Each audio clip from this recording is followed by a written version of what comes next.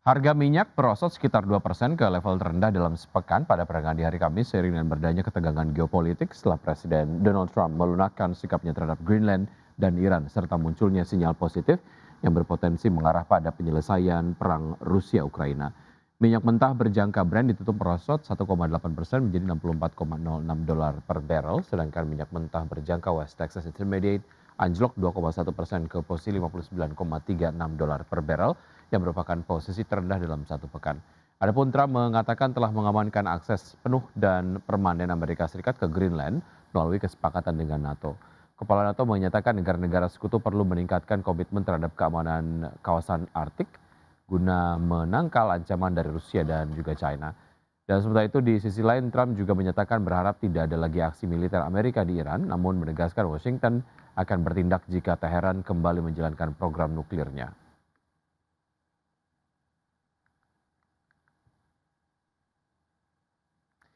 Selanjutnya, pemirsa dari bursa global, bursa ekuitas Wall Street berakhir di area positif pada perdagangan di hari Kamis mencatat kenaikan untuk hari kedua berturut-turut seiring investor kembali memborong saham setelah Presiden Donald Trump menarik ancaman tarif terhadap sekutu Eropa. Sentimen pasar juga didukung data ekonomi yang menegaskan ketahanan perekonomian Amerika Serikat. Pada perdagangan di hari Kamis dini hari, di hari Kamis pemirsa indeks Dow Jones Industrial Average ditutup menguat 0,63% ke level 49.384, S&P 500 naik 0,55% ke posisi 6.913 dan Nasdaq Composite yang melonjak 0,91% ke level 23.436. Dan dari bursa Eropa, pemirsa bursa ekuitas Eropa mencatat kenaikan harian terbesar dalam hampir 2 bulan seiring dengan meredanya kekhawatiran investor setelah Presiden Trump menarik ancaman tarif terhadap negara-negara kawasan Eropa dan menegaskan tidak akan menggunakan kekuatan militer untuk menguasai Greenland. Dan Stoxx 600 ditutup melonjak 1,03% ke posisi 608,86 dan DAX Jerman naik 1,2% ke posisi 24.856 dan FTSE 100 Inggris menguat 0,12% ke posisi 10.150.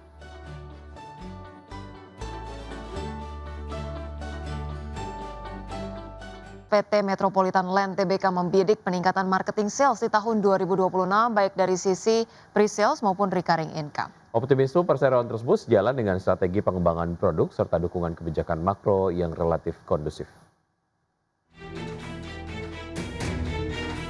Keputusan Bank Indonesia untuk menahan suku bunga acuan dinilai membawa angin segar bagi sektor properti, termasuk bagi PT Metropolitan Land Tbk. Direktur Perseroan, Olivia Surojo mengatakan, stabilitas suku bunga dinilai mampu menjaga minat beli masyarakat, khususnya pada segmen hunian yang mengandalkan pembiayaan kredit pemilikan rumah. Dengan BI rate yang tetap, bunga KPR masih berada di level yang cukup menarik bagi konsumen. Menurutnya, kondisi tersebut membantu menjaga minat beli di tengah pemulihan daya beli dan kepercayaan konsumen yang masih berlangsung. Stabilnya suku bunga juga diyakini dapat mempercepat pengambilan keputusan pembelian, terutama pada segmen residensial. Ditambah dengan adanya insentif PPN DTP, peluang terjadinya transaksi di pasar properti dinilai semakin terbuka. Meski demikian, perseroan tetap menerapkan strategi penjualan yang selektif dengan menghadirkan produk-produk yang sesuai kebutuhan pasar. Perseroan secara khusus menyasar segmen first home buyer yang dinilai masih memiliki potensi permintaan yang cukup besar. Pada 2026, secara umum perseroan membidik peningkatan marketing sales dibandingkan tahun sebelumnya, baik dari sisi pre-sales maupun recurring income. Optimisme tersebut sejalan dengan strategi pengembangan produk serta dukungan kebijakan makro yang relatif kondusif. Dari sisi industri, outlook sektor properti domestik pada tahun ini dinilai relatif stabil, terutama untuk segmen hunian. Berbagai sumber, IDX Channel. PT Matahari Putra Prima Tbk menyuntikkan modal ke anak usahanya sebesar 46,65 miliar rupiah.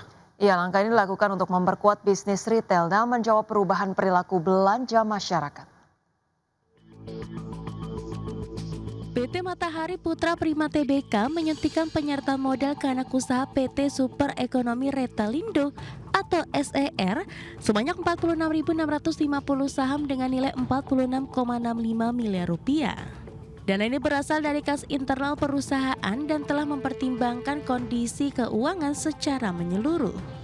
Setelah transaksi ini, modal ditempatkan dan store penuh SER meningkat menjadi 51,65 miliar rupiah.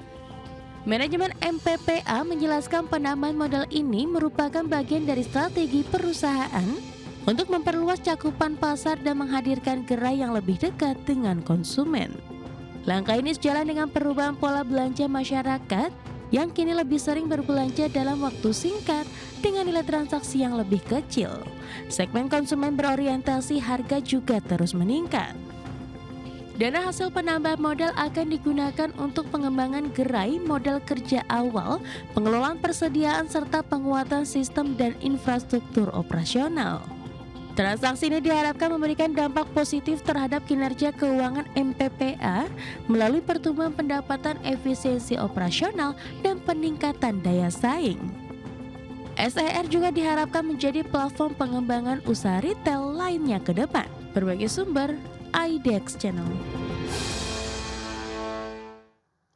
Ya, Ya. misalnya emiten pengembang properti PT Intiland Development Tbk terus memperkuat portofolio di pasar Surabaya dengan meluncurkan tipe hunian premium terbaru di kawasan Geraha Natura menyasar end user kelas atas dengan memanfaatkan momentum proyeksi adanya pertumbuhan permintaan rumah pada tahun ini.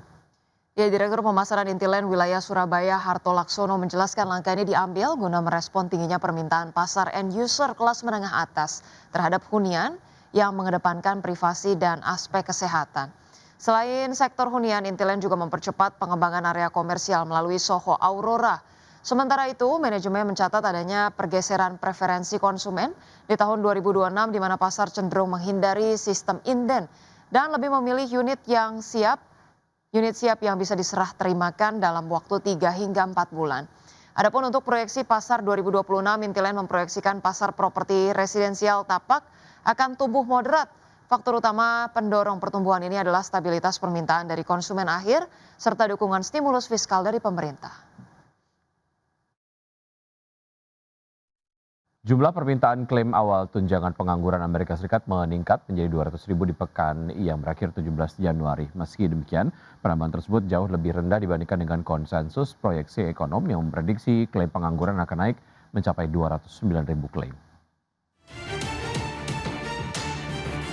Jumlah warga Amerika Serikat yang mengajukan permohonan baru untuk tunjangan pengangguran meningkat. Menurut data Departemen Ketenagakerjaan, jumlah permintaan klaim awal tunjangan pengangguran naik 1.000 menjadi 200.000 di pekan yang berakhir 17 Januari. Namun penambahan tersebut jauh lebih rendah dibandingkan konsensus proyeksi ekonom yang memprediksi klaim pengangguran di periode tersebut akan naik mencapai 209.000 klaim. Sementara di pekan sebelumnya, jumlah klaim pengangguran mencapai 199.000.